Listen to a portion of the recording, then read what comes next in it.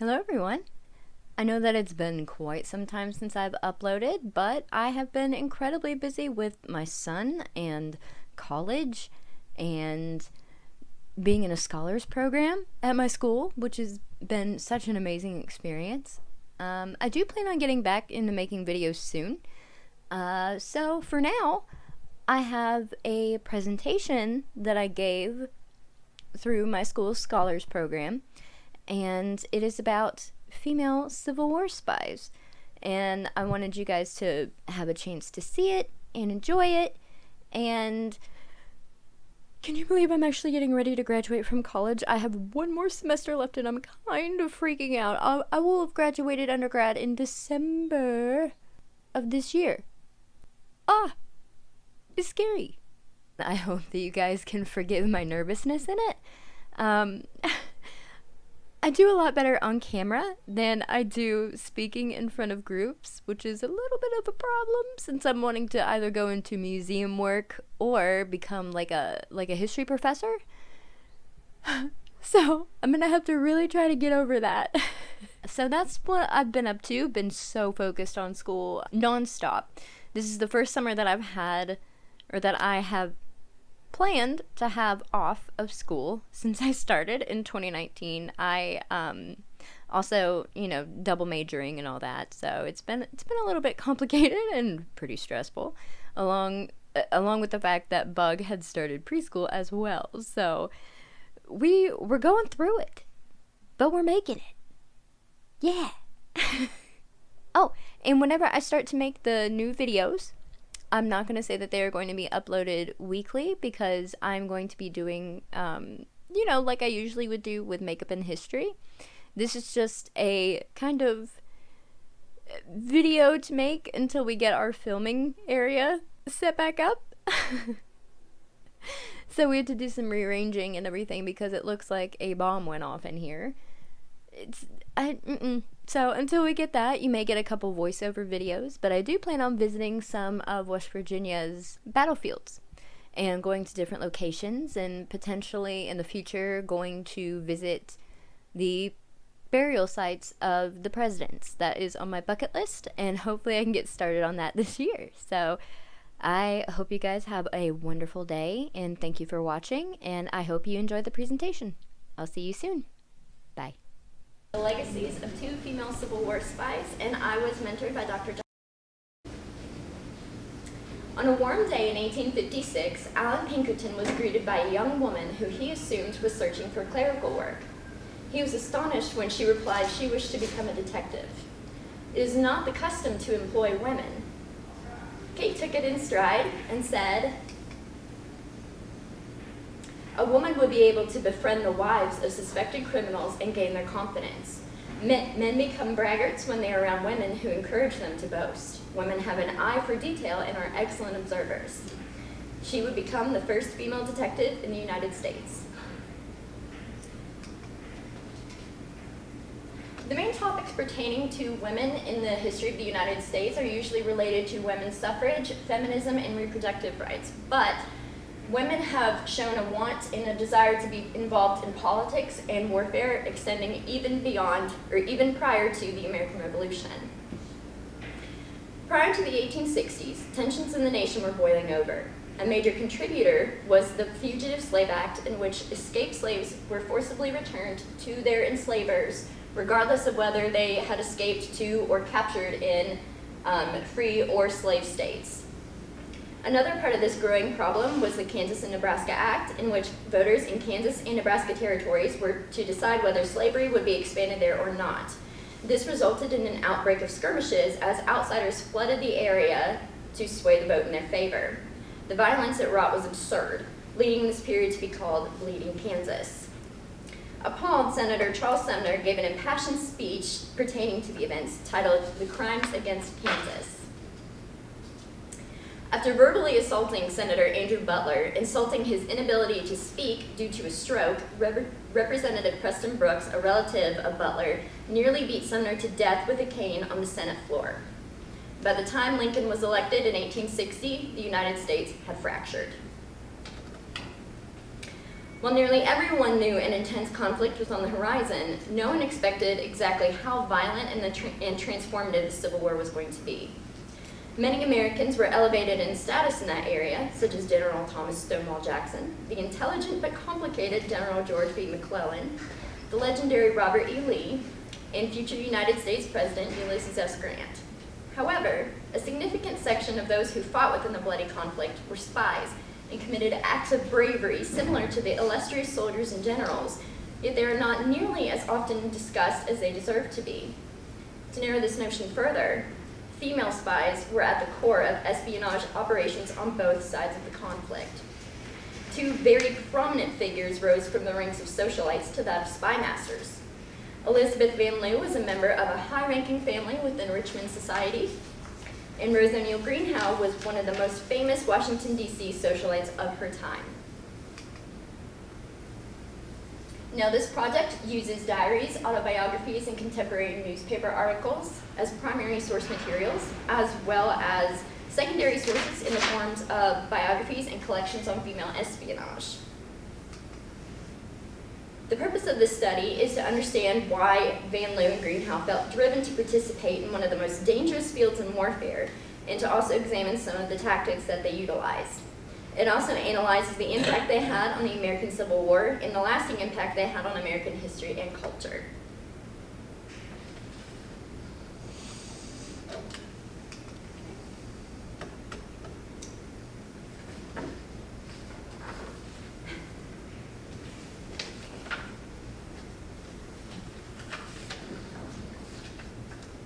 Van Lew and Greenhow were from similar backgrounds, but held wildly different views. Van Lew was a Unionist, and Greenhow was a Confederate. Van Lew was influenced by abolitionists, and she was sent north to be schooled in Philadelphia, where she was exposed to Quaker ideology. And her family also entertained politicians like John Minor Botts. So, forgive me. Her family also freed their slaves and paid for their education. Greenhow was a Confederate sympathizer, and her idols involved prominent fire eaters or Southern politicians who gave very, very fiery speeches pertaining to pro-slavery, such as John C. Calhoun. And she also gained a degree of favoritism from Confederate President Jefferson Davis.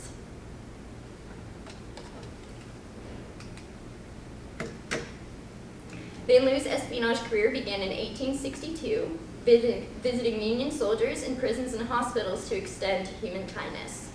On a few occasions, when her permissions to speak to the prisoners was revoked, she exercised her social power to have it reinstated. When she was able, she would use a custard dish that had a secret chamber to deliver messages and money. After Greenhow was outed for spying, albeit for the Confederacy, the Confederate government became anxiously aware of the possibility of Union espionage. This prompted them to capture Richmond Unionists and expose them. But despite this presumed punishment, this only allowed them to find community with one another and provide them with valuable connections. As the news of the inhumane conditions of Richmond's Libby prison were becoming more widespread, Unionists, including Van Lew, were doing whatever they could to assist the prisoners of war. They were exposed to the elements and suffered from overcrowding and food shortages. Van Lew's network, including some officials that were employed by the prison, fed information to prisoners prior to escape, directing them to go to safe houses, including hers. She sheltered escapees in a secret room inside of her home and took diligent care of them before they would go on to escape to Union territory. And this is Van Lew outside of her home.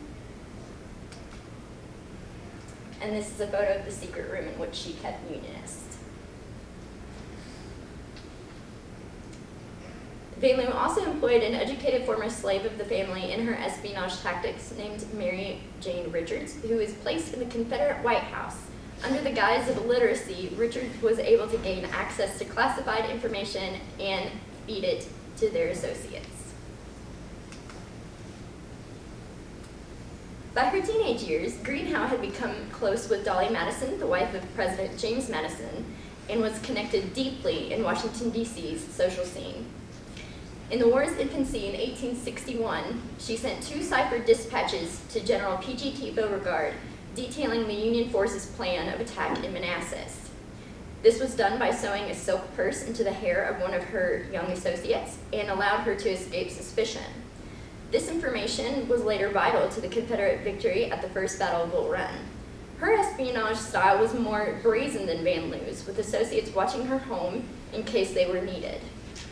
Soon after, however, she was placed under house arrest by Allan Pinkerton and was later moved to Old Capitol Prison.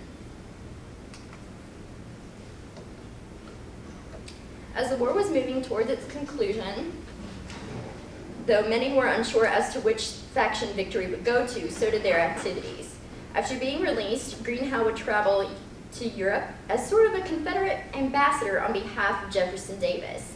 She met with Queen Victoria of the United Kingdom, and she also met with Emperor Napoleon III of France to acquire aid for the Confederate cause. During her visit to London, she published her autobiography, My Imprisonment and the First Year of Abolition Rule at Washington, which sold many copies. Van Loo had basically spent her family's entire fortune to aid the Union, and also victims of the war. When Richmond fell in the spring of 1865, she was so overjoyed that she was among the first to display the United States flag. Greenhow, however, would not live to see that event. Upon her return from Europe in the late summer of 1864, the ship that carried Greenhow ran aground. She attempted to get to shore by a small rowboat, but it was capsized by the waves.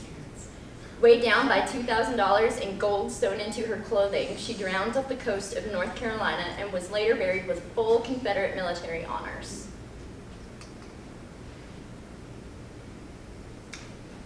The Reconstruction era proved difficult for Van Loo. She remained in Richmond for the rest of her life, but she faced extreme ostracization from her peers. Many would not look at her as they viewed her actions with disgust. She died impoverished in 1900. Both women left behind incredible legacies. Van Loo was inducted into the Military Intelligence Hall of Fame in 1993 for her work. And the female branch of the Sons of Confederate Veterans renamed itself to the Order of the Confederate Rose in honor of Greenhow and her skillful work.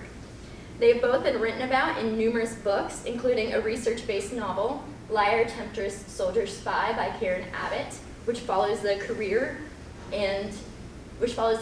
of Greenhow and Van Loo by using their diaries and other contemporary materials to bolster its authenticity.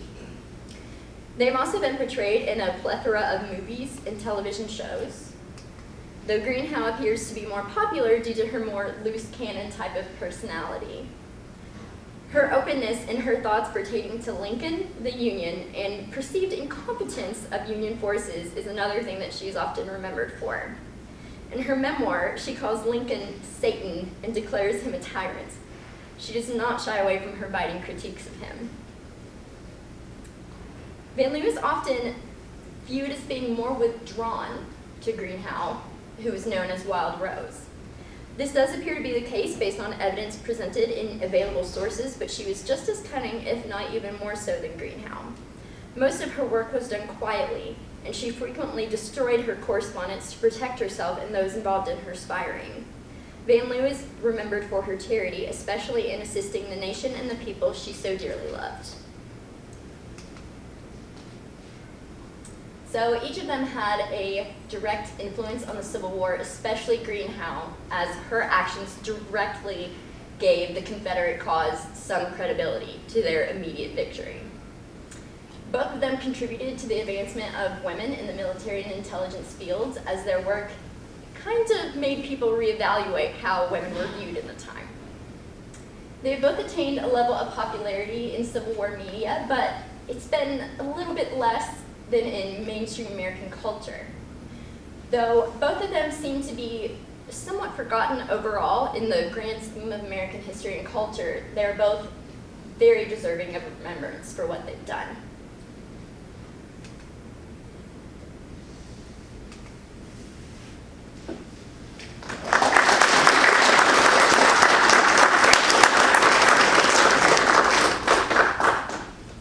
Any questions?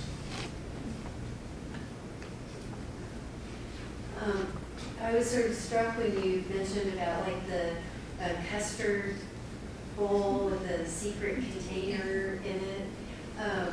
Did you learn about other like specific methods that they also used ciphered and encoded messages. Like Greenhow, she sewed a silk purse that contained a ciphered message. They also used hand signals, like Rose, how she had people that was sitting outside of her home. She had people who'd stand across the street, and she would use a hand fan, and she would wave it a certain way to alert people as to what was going on. And that she was more brazen, but she was also very intelligent, even still in her methods.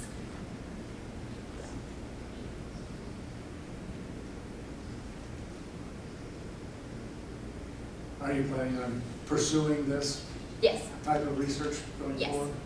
Yes, the Civil War is my favorite area of history, especially in American history. I find it to be fascinating how even a nation, even though still in its infancy, managed to basically break and then be able to come back together, even though it was incredibly, incredibly different than it was prior to the war.